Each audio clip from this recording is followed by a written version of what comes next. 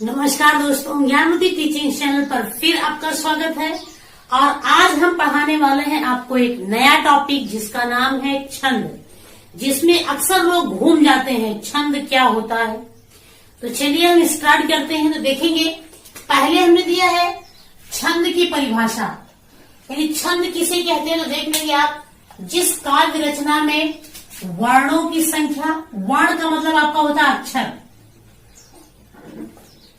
मात्रा, पद, यति, तुक आदि का ध्यान दिया जाता है, उसी को हम छंद कहते हैं। अच्छे से समझ लेंगे आप, जिस काव्य रचना, जिस कविता में हम लोग अक्षरों की मात्रा कितनी है, उसके बाद मात्राओं का कितनी मात्राएं हैं, उसकी संख्या कितनी है, पद कितने हैं, यति क्या है, तुक, इन सारी चीजों को ध्यान में रख करके जब किया जाता है तो उसी को हम छंद कहते हैं। अब देखेंगे, आप ये समझ लेंगे हर एक चीज को, जैसे वर्ण क्या है। तो वर्ण का तात्पर्य अक्षर से है। इसके दो प्रकार होते हैं। जब आपको हम वर्ण पढ़ाए हैं तो वहां पर पढ़ाया हमने, तो यहाँ पर दो प्रकार वर्ण है, लेकिन जब हमने वर्णों का विभाजन किया है तो वहां पर 3 प्रकार के हैं। लेकिन यहाँ पे सिर्फ हम वर्ण में आपके स्वर को लेके चल रहे हैं, स्वर को लेके चल रहे हैं, क्योंकि स्वरों की ही मात्राएं होती हैं। तो देखेंगे, एक लघु वर्ण होता है, तो लघु स्वर हमारे हैं छोटा आ, छोटी ई, छोटा ऊ और री। इसका जो चिन्ह होता है वो इस तरह से एक पाई लगा होता है, इस तरह से। इसकी जब हम गणना करते हैं तो उसको वन पढ़ा जाता है।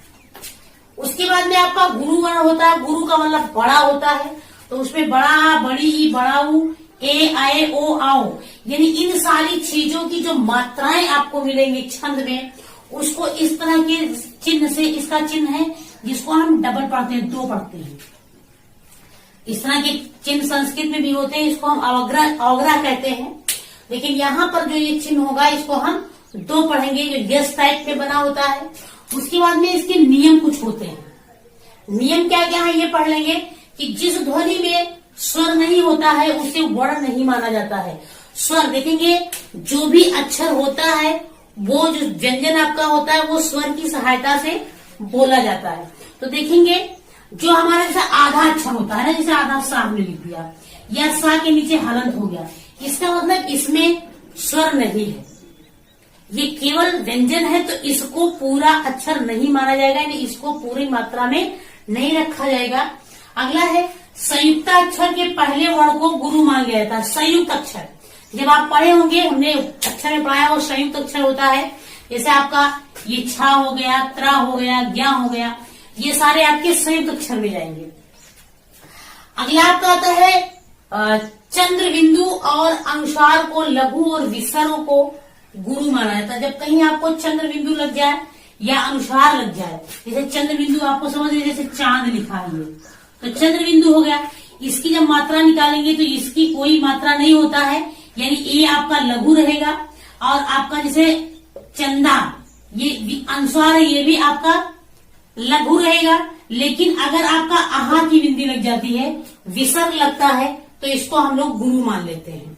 इन सारे नियमों को ध्यान में रखकर ही आप छंद को पहचान सकते हैं, समझ सकते हैं। लिखा, हलंत वर्ण के पहले का वर्ण भी गुरु वर्ण में आता है। एक यही बात है। जैसे हमने लिखा आपका, जैसे हमने लिख दिया आपका कुम्हार, आप देख लेंगे कुम्हार लिखा है। अब कुम्हार में चूंकि ये माँ है तो ये आधा अक्षर है, हलंत भी लगा सकते हैं इसमें। इसके पहले का अक्षर जो होगा ये आपका गुरु हो जाएगा। यहाँ पे यही बताने की कोशिश किया जा रहा है, गुरु वर्ण में बदल जाता है। लेकिन यदि उस पे छोटी ई या छोटा ऊ की मात्रा नहीं होगा तब ऐसा होगा। और यहाँ पे आपका छोटा ऊ की मात्रा दिया गया है, तो ये आपका लघु ही रहेगा, और इसका आधे अक्षर का कोई भी मात्रा नहीं होता। अब अच्छे से समझ लेंगे। जैसे हमने लिखा यहाँ पे पंथी, ये लिखा है पंथी, आप देख लेंगे ये आधा ना है, यानी इसको हलंत में भी बदल सकते हैं। तो आप यहाँ पे हमने कहा इसके पहले का अक्षर ये गुरु हो जाएगा, तो यहाँ पे क्योंकि छोटी या छोटाओं की मात्रा नहीं है, तो ये आपका गुरु होगा और ये आपका गुरु होगा, यानी कि यहाँ पर कुल 4 मात्राएं आपकी हुई। लेकिन छोटी की मात्रा हमने लिख दिया, जैसे कोई चीज पिक्चर लिख दिया हमने, यहाँ छोटी की मात्रा है, तो ये नहीं है कि इसके पहले का ये गुरु होगा, ये किसी भी हाल में आपका गुरु नहीं होगा, ये लघु है तो लघु ही रहेगा। अगला है, अब आपको बताएंगे कि मात्रा क्या होता है, आपको एक एक चीज हम क्लियर करके बताएंगे कि किसको क्या कहते हैं। तो मात्रा क्या, वर्णों के उच्चारण में जो समय लगता है उसे मात्रा कहते हैं, या ऐसे कह सकते हैं कि स्वरों के चिन्ह को ही मात्रा कहते हैं। भाई स्वरों के चिन्ह को ही मात्रा कहते हैं। जो छोटा है तो छोटा आ का तो कोई मात्रा होता नहीं है, लेकिन जब आपका बड़ा आएगा तो बड़ा आ की ये मात्रा इस तरह से होता है, ये इसका चिन्ह हो गया। इसी तरह आपका छोटी ई आया तो ये इसका चिन्ह हो गया, आपका ए आया तो ए का ये चिन्ह हो गया। इसी हमारा तो अगला हमने बताया देखिए पद या चरण। तो जो छंद लिखा जाता है, जो कविता लिखी जाती है, उसके कुछ ना कुछ उपभाग होते हैं, यानी पहला चरण, दूसरा चरण, तीसरा चरण। तो यहाँ लिखा अलग अलग उपभाग होते हैं, उसी को हम चाहे चरण कह दें या हम पद कहते हैं। अभी आपको एक उदाहरण के माध्यम से हम इसको क्लियर कर दे रहे हैं। दूसरा आपका आता है यति। यति का मतलब होता है रुकना, यानी छंदों में जगह जगह पे रुकने की कोई ना कोई व्यवस्था होती है, उसी को हम यति कहते हैं। जैसे हमारा कॉमा हो गया, विराम चिन्ह हो गया, उसी को हम यति कहते हैं, जहाँ पे कहीं कॉमा लगा दिया जाता है, कहीं पे विराम चिन्ह। तो यहाँ पर रुकने की व्यवस्था होती है, उसी को हम यति कहते हैं। गति, गति का मतलब होता है, देखिए जब हम पढ़ते हैं किसी छंद को या कविता को पढ़ते हैं तो क्या होता है, हमारे स्वरों में कहीं पे चढ़ाव होता है, कहीं पर उतार होता है, उसी को हम आपका उसको गति कहा जाता है। जैसे कोई कविता पढ़ते, बड़ा हुआ तो क्या हुआ, जैसे पेड़ खजूर, अब पंथी को छाया नहीं, फल लागे अति दूर। तो जो हमारे स्वरों में उतार चढ़ाव होता है उसी को हम बोलते हैं गति। और तुक, यानी जब कोई कविता पढ़ी जाती तो उसके पदांत में यानी अंत में चाहे वर्ण हो, वर्णों की समानता होती है। जैसे कि एक में आपका काम आया है, यहाँ माँ है, तो उसके आखिरी में धाम या राम कुछ भी आ सकता है, यानी इन वर्णों की समानता बहुत ही आवश्यक है। तो एक उदाहरण हमने लिख रखा है, इसी में आपको हर चीज हम आपको समझा दे रहे हैं। जैसे लिखा है यहाँ पे कि बड़ा हुआ तो क्या हुआ, अब यहाँ देख लेंगे ये कॉमा लगा हुआ है, यानी ये आपका एक पद हो गया या एक चरण हो गया। जैसे पेड़ खजूर, ये आपका दूसरा पद या चरण हो गया। पंथी को छाया नहीं, फिर यहाँ पे कॉमा लगा है, तो ये तीसरा आपका हो गया, और ये आपका चौथा हो गया। अब इसी में जो ये आपका कॉमा लगा है, यही आपका यति होता है, स्थान स्थान पे रुकने की व्यवस्था। और पद के अंत में लिखिए तुक, इसी को कहते हैं। जो तुक हमने आपको पढ़ाया, यहाँ पे खजूर लिखा है, यहाँ पे दूर लिखा है, यानी इन दोनों वर्णों के बीच में समानता है। तो यही सारी चीजों को ध्यान में रख करके छंद को लिखा जाता है। तो अब हम देखेंगे छंद के कितने प्रकार होते हैं, छंदों के प्रकार देखते हैं। छंदों के प्रकार, छंद कितने प्रकार के होते हैं तो हमने लिख रखा है यहाँ पे।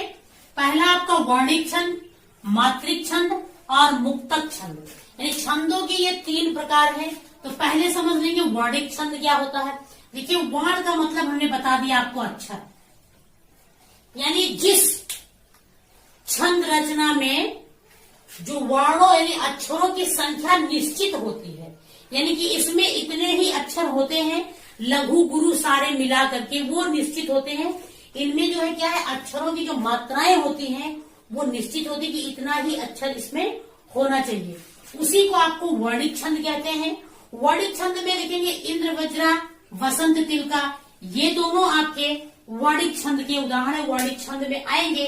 कभी अगर आपसे पूछ लेता है कि इंद्र वज्रा जो है वो कौन से छंद के अंतर्गत आता है, तो वो आपका वर्णिक छंद के अंतर्गत आएगा। वर्णों की मात्रा इसमें निश्चित, इसमें मात्राओं का ध्यान नहीं दिया जाता है, बल्कि इसमें वर्णों का यानी अक्षरों को ध्यान दिया जाता है। अगला आपका आता है मात्रिक छंद। मात्रिक यानी जहां पर जिस रचना में मात्राओं की संख्या निश्चित होती है, जिस छंद में मात्राओं को की एक निश्चित संख्या होती है, उसी को हम मात्रिक छंद कहते हैं। इसमें अक्षर कितने हैं वो मायने नहीं रखता है, बल्कि मात्राएं कितनी होनी चाहिए उनकी संख्या निश्चित होती है। जैसे आप दोहा पढ़ेंगे, चौपाई पढ़ेंगे, सोरठा पढ़ेंगे, रोला पढ़ेंगे, कुंडलियां पढ़ेंगे, ये सारी चीजें आपको मात्रिक छंद के अंतर्गत मिलेंगी। उसमें मात्राओं को एक निश्चित दायरे में रखा जाता है। जैसे दोहा जब आप पढ़ेंगे तो कहते हैं ना कि इसके 4 चरण होते हैं, इसके पहले और तीसरे में आपके 13 मात्राएं और दूसरे चौथे में 11 मात्राएं। तो यानी कि मात्राएं एक निश्चित है कि इसमें इतनी मात्राएं होती है। आपके चौपाई पढ़ेंगे, चौपाई में कहते हैं कि प्रत्येक चरण में 16 मात्राएं होनी चाहिए, यानी कि मात्राओं की संख्या उसमें निश्चित है।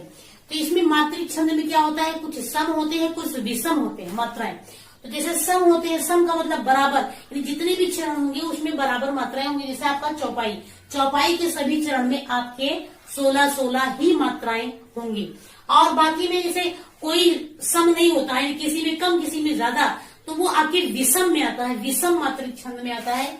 और जो मुक्तक छंद हमारा होता है, जो इससे और इससे दोनों से मुक्त होता है, यानी ना उसमें मात्राओं की संख्या निश्चित होती है, ना उसमें अक्षरों की संख्या निश्चित होती है, उसी को हम मुक्तक छंद कहते हैं। जैसे आजकल की कविताएं, जो आजकल की कविता है वो आपकी मुक्तक छंद के अंतर्गत रखी जाती है। आजकल की कविता, तो ये मुक्तक छंद में आएगा।